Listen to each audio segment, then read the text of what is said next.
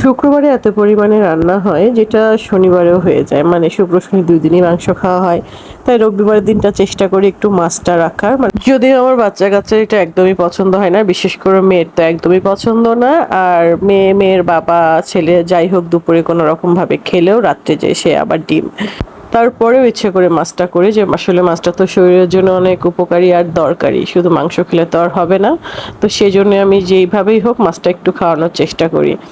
আসসালামু আলাইকুম, কি অবস্থা সবার? তো যেহেতু বাচ্চা স্কুলে পাঠাইনি, সকাল সকালে উঠে গেছিলাম। উঠেই তো আমার বাগানটার দিকে এদিকে 2 রকম নয়নতারা ফুটে আছে, আর এটাকে কি বলে জানেন কি? এটা রাধাচূড়া। তারপরে এই তো গাছের আমার কাঠগোলাপ গাছের গোড়ায় সেদিনকে বলছিলাম এক ভাইকে, তো সে পুঁইয়ের গাছ লাগাই দিয়ে গেছে, এত মানে রেখে কাঠগোলাপ গাছের গোড়াতেই। আর এই দেখুন, আমি অধীর আগ্রহে অপেক্ষা করছি আমার এই জারুল গাছটায় কবে ফুল আসবে। আদৌ জানি না এবছর আসবে কিনা, তবে যাই বলুন আমার শিউলি গাছটা এবার খুব সুন্দর হয়েছে। আর এখানে দেখলাম কিছু তুলসী গাছের বীজ পরে তুলসী গাছ হয়েছে, সাথে কিছু আগাছা হয়েছিল তুলে ফেললাম। তো চলুন এবার 1 কাপ চা খেয়ে নেওয়া যাক, মানে এনার্জি নেওয়া যাক। ওই দেখুন ওইদিকে আবার মাছওয়ালা চলে আসছে, চলুন যাই মাছটা নিয়ে আসি তাহলে। ওয়ালাইকুম আসসালাম। কি মাছ দেখি? ঠান্ডা না, এগুলো নিবো না, নিলে না বাচ্চা কাচ্চা খেতে পারে না, আমরা খাই, বাচ্চা কাচ্চার হয় না। ট্যাংরা, এই যে ট্যাংরা, বড় বড় ট্যাংরা। মাছই তো খায় না বাচ্চা কাচ্চা। রুই? হ্যাঁ রুই নেব, তাহলে একটু একটু ভেজে খাবে।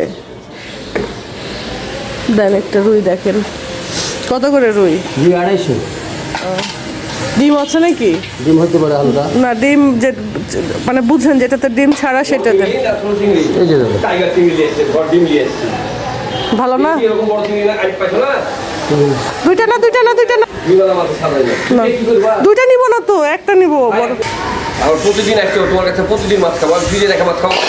এটাই কথা, শুনতে পেলেন তো? 1 কেজি। বলবে না যে নিবো।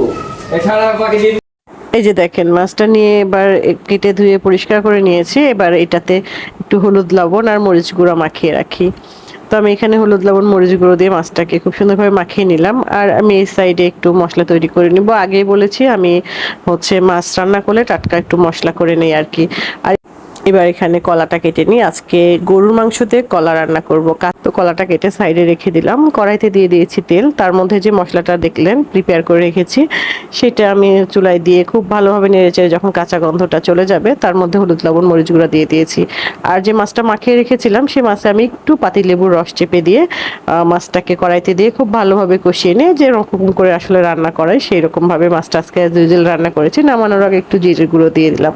তো চলুন এবার কাঁচা কলা দিয়ে গরুর মাংসের রান্নাটা করে ফেলি। তো এই তো আমি হচ্ছে কড়াইতে পেঁয়াজ দিয়ে, পেঁয়াজটা যখন ভাজা ভাজা হয়ে গেছে আদা রসুন জিরে বাটা দিয়ে দিলাম। আর এর মধ্যে আমি কিছুটা রান্না গরুর মাংস দিয়েছি। তো আপনারা যদি চান এখানে এমনি গরুর মাংস দিতে পারেন, হচ্ছে রান্না না মানে একদম টাটকাই রান্না করে নেবেন। তো আমার আগে রান্না ছিল আমি সেটাই দিয়েছি। তো সেক্ষেত্রে আপনাকে একদম টাটকাটা দিলে একটু বেশিক্ষণ সেদ্ধ করতে হবে। তো আমি বেশ কিছুক্ষণ কষিয়ে নিয়ে তারপরে এখানে কাঁচা কলাগুলো দিয়ে দিলাম। দিয়ে আমি খুব ভালোভাবে এটাকে একটু হালকা আঁচে ঢেকে ঢেকে কষিয়ে নিব। আর এটা যেহেতু আমার একদম বাগান বাসা থেকে এসেছে কলাটা, তো কলাটা এতই ভালো যে অল্পতেই মানে কষাইতে কষাইতে এটা সেদ্ধ হয়ে যায়।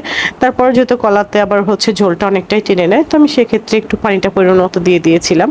তো দেখতে পাচ্ছেন যে আমার কলাটা একদম হয়ে গেছে। তো চলুন এবার কলাটাকে আগে নামিয়ে নিই, তারপরে আমি ওইদিকে আরেকটা রান্না করে দেখাবো আপনাদেরকে আজকে।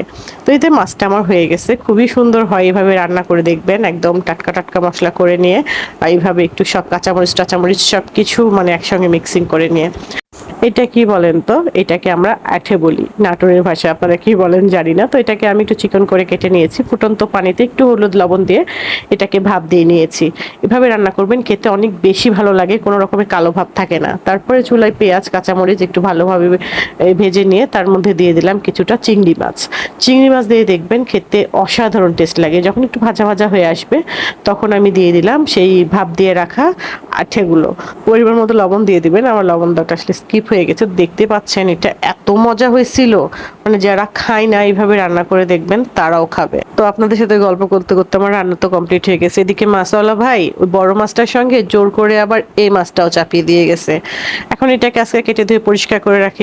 দেখা হবে আবার ইনশাআল্লাহ নেক্সট ভিডিওতে। সেই পর্যন্ত সবাই অনেক ভালো থাকবেন, আর আমার পেজ ঘরে অ্যান্ড বাইরেতে একটা ফলো দিয়ে দিবেন। ভালো থাকবেন সবাই, আল্লাহ হাফেজ।